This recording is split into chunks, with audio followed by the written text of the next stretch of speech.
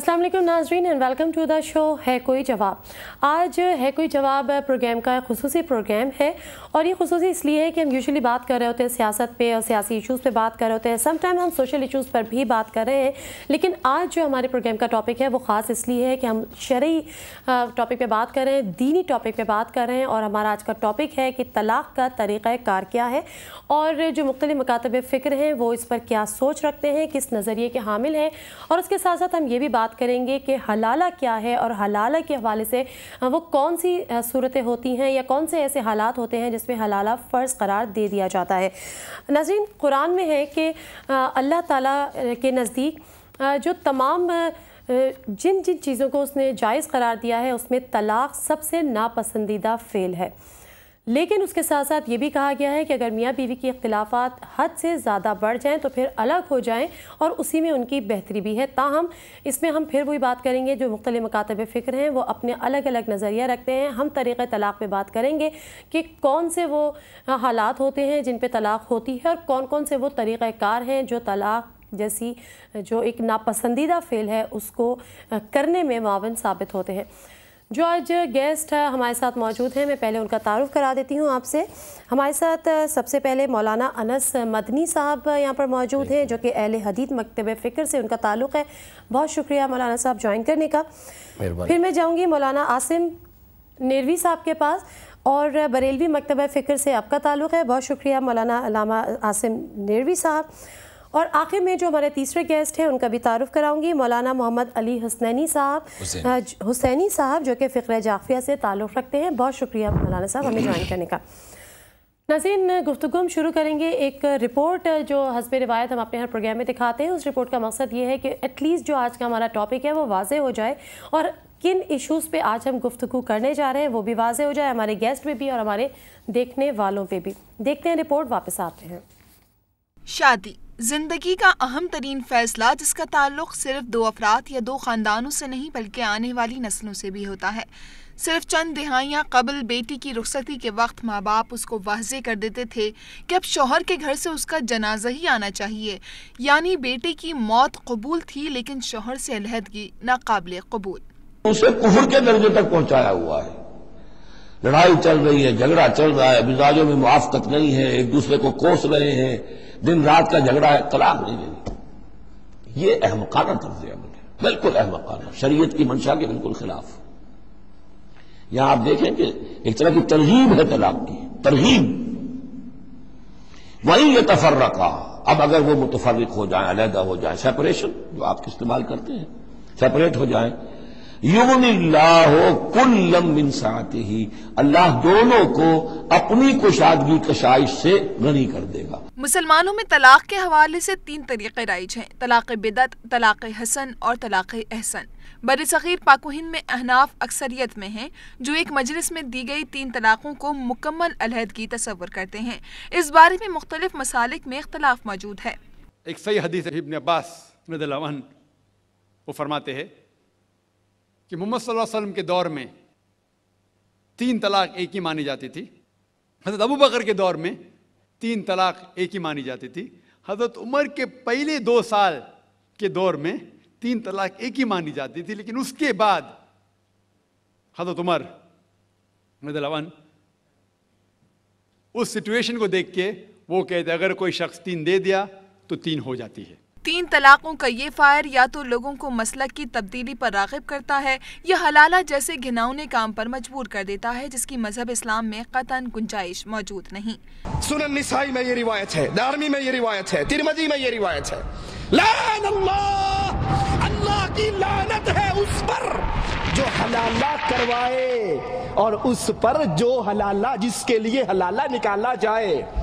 हलाला करने वाला, हलाला करवाने वाला, मौलवी भी, पीर भी, इसका मुरीद और शागिर्द भी, अल्लाह के रसूल फरमाते हैं ये दोनों लानती हैं, दोनों लानती हैं। अफसोस की बात यह है कि हलाला जैसे घिनौने काम पर मजबूर करने वाले अमूमन कोई और नहीं बल्कि मौलवी हजरात ही होते हैं जिनके खिलाफ सख्त कानून बनाने और उस पर सख्ती से अमल दरामद करने की अशद ज़रूरत है।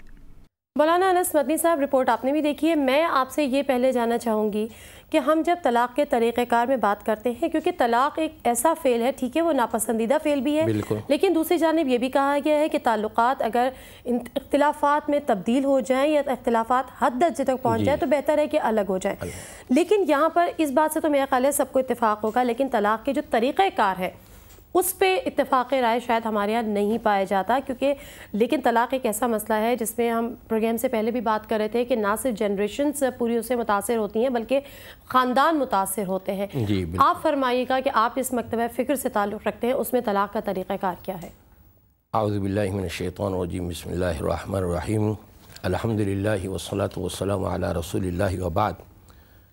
اللہ تبارک و تعالی نے اپنی کتاب قرآن مجید کے بارے میں فرمایا ذالک الکتاب لا ریب فیہ ھدی للمتقین.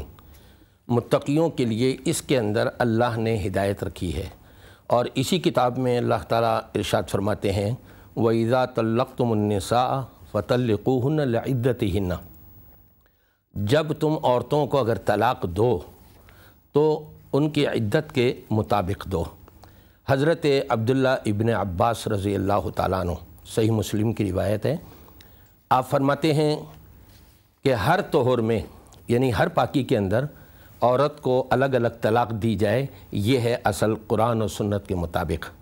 آج عام لوگوں نے، مسلمانوں نے اس طریقے کو بالکل ترک کر دیا اور تمام فقہوں کا اس بات پر اتفاق ہے کہ اپنے اپنے طہور کے اندر طلاق دی جائے. یہاں تک سب متفق ہیں.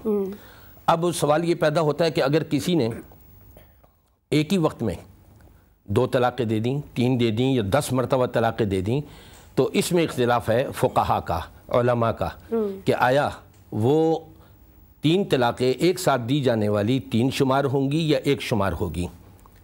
قرآن اور نبی کریم صلی اللہ علیہ وسلم کا فرمان ہم کو جو تعلیم دیتا ہے اس میں یہ بات واضح ہے کہ انسان جب غصے کی حالت میں بات کرتا ہے تو وہ بھی اس کو نہیں محسوس ہوتا میں کیا کہہ رہا ہوں اور کیا کہنا چاہیے اور کیا نہیں کہنا چاہیے. تو اس میں سہولت دی ہے شریعت نے کہ جب تم بیوی کو طلاق دو تو ایک ہی طلاق دو، ایک دفعہ میں. اگلے مہینے میں، اگلے طہور میں دوسری طلاق دے دو، پھر اگر نہیں بنتی ہے پھر تیسری دے دو، لیکن ایک ساتھ 3 طلاقیں نہ دو. اور اگر ایک ساتھ دے دیں، حضرت رکانہ بن عبد یزید رضی اللہ تعالیٰ عنہ نبی کریم صلی اللہ علیہ وسلم کی خدمت میں حاضر ہوئے، میں نے اپنی بیوی کو طلاق دے دی. آپ نے فرمایا کیسے؟ کہا جی 3 طلاقیں. آپ نے فرمایا ایک ساتھ؟ ہاں جی ایک ساتھ دے دی. تو وہاں یہ الفاظ ہیں، حافظ ابن حجر رحمۃ اللہ علیہ جو شرح بخاری کی شرح لکھتے ہیں فتح الباری کے نام سے، جلد 9 صفحہ 262 کے اوپر فرماتے ہیں کہ رسول اکرم صلی اللہ علیہ وسلم نے ان سے کہا کہ یہ تو ایک ہی طلاق ہوئی. یعنی اگر ایک وقت میں آپ، مطلب اگر میں مختصراً اپنے ناظرین کو سمجھانے کے لیے بات 3 یا زیادہ جتنی بھی دیں، ایک وقت میں چاہے وہ 1 طلاق دے، چاہے وہ 3 طلاق دے دے، مطلب 3 دفعہ لفظ استعمال کر لے کہ میں نے تمہیں طلاق دی، چاہے وہ 10 دے دے، لیکن وہ ایک ہی دفعہ مانی جائے گی. بالکل ٹھیک ہے. اسی طرح سے میں اور ذرا سے یہ کوٹ کروں گا کہ حضرت ابن عباس رضی اللہ تعالیٰ عنہ، صحیح مسلم کی روایت ہے، فرماتے ہیں نبی کریم صلی اللہ علیہ وسلم کی حیات طیبہ میں ایک ساتھ دی جانے والی 3 طلاقوں کو 1 شمار کیا جاتا تھا. حضرت ابو بکر رضی اللہ تعالیٰ عنہ کے دور خلافت میں بھی 1 ہی شمار کیا جاتا تھا 3 طلاقوں کو، اور حضرت عمر رضی اللہ تعالیٰ عنہ کے دور خلافت کے ابتدائی 2 سال تک ایک ساتھ دی جانے والی 3 طلاقوں کو 1 شمار کیا جاتا تھا. پھر آپ نے یہ سلسلہ شروع کیا کہ لوگ باز نہیں آ رہے تھے، جو ایک ساتھ 3 طلاقیں دے گا ہم اس کے کوڑے لگائیں گے، اور آپ نے کوڑے لگائے. پھر اس کے بعد جب دیکھا اب بھی باز نہیں آ رہے تو آپ نے فرمایا کہ دین میں تو ان کے لیے بڑی آسانی ہے، لیکن یہ لوگ باز نہیں آ رہے ہیں، ہم ان کے اوپر ایک ساتھ دی جانے والی 3 طلاقوں کو 3 لاگو کر دیں گے. اور یہ حکم جاری فرما دیا حضرت عمر رضی اللہ تعالیٰ عنہ. لیکن اپنی حیات کے آخری وقت میں آپ نے یہ ارشاد فرمایا. امام ابن قیم رحمۃ اللہ علیہ کتاب الاحفان کے اندر نقل کرتے ہیں کہ حضرت عمر رضی اللہ تعالیٰ عنہ نے فرمایا کاش میں اپنی زندگی میں یہ قانون نافذ نہ کرتا کہ ایک ساتھ دی جانے والی 3 طلاقوں کو 3 شمار نہ کرتا بلکہ 1 ہی شمار کرتا. اچھا گویا کہ رجوع کر لیا انہوں نے. اس وقت انہوں نے اس امت کی اصلاح کے لیے وقتی طور پر ان کو تنبیہ کرنے کے لیے آپ نے یہ قانون نافذ کیا، اس کے بعد واپس ہو گیا. ٹھیک ہے مولانا حسینی صاحب، آپ فرمائیے گا کہ انہوں نے جو بات بیان کی ہے، یہ جو موقف ہے، آپ بھی اس سے اگری کرتے ہیں یا اس میں کچھ اختلاف ہے آپ کے مکتبہ فکر کے مطابق؟